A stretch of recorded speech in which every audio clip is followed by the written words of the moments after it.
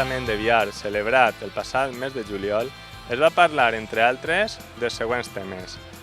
Pel que fa al conveni per a la prevenció i defensa de la serra front al risc d'incendis forestals. En primer lloc, cal dir que els tallafocs tenen escassa efectivitat, ja que la majoria dels boscos de la nostra zona estan poblats de pins, els quals, al cremar-se, llancen les pinyes a gran distància, propagant els incendis ràpidament. En les zones afectades pels tallafocs, es destrueix la vegetació i es deixa el sòl desprotegit davant de l'erosió, a més del greu impacte paisatgístic que generen. Com a alternativa, proposem que es porti a terme mesures de prevenció que no tinguen impactes ambientals negatius, com ho serien la regulació d'usos forestals, ajudes al seu manteniment, campanyes d'educació al conjunt de la població i l'aprofitament i millora de recursos forestals.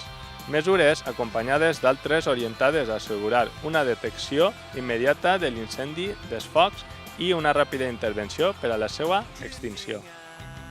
La CUP de Biar creu que la realització d'un tallafocs és un malbaratament de recursos públics, ja que existeixen alternatives més efectives i menys dolentes per al nostre ecosistema.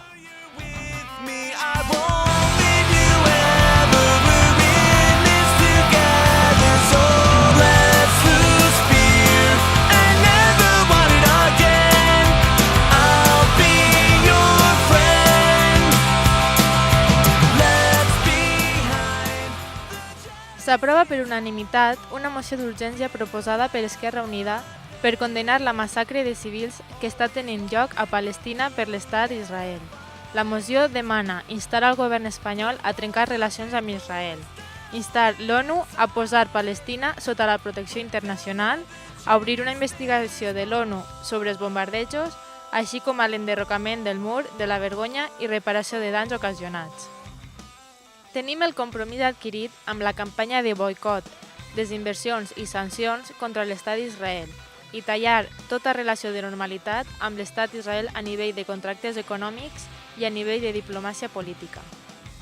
Calen accions encaminades a acabar amb l'ocupació i colonització de totes les terres àrabs, ocupades al juny del 1967 i a la destrucció del mur, al reconeixement dels drets fonamentals de la ciutadania àrab-palestina d'Israel, en plena igualtat, i a respectar, protegir i promoure el dret dels refugiats palestins de tornar a les seves cases i propietats tal i com estableix la resolució 194 de les Nacions Unides. Per tot això, la nostra solidaritat amb els drets polítics i nacionals del poble palestí.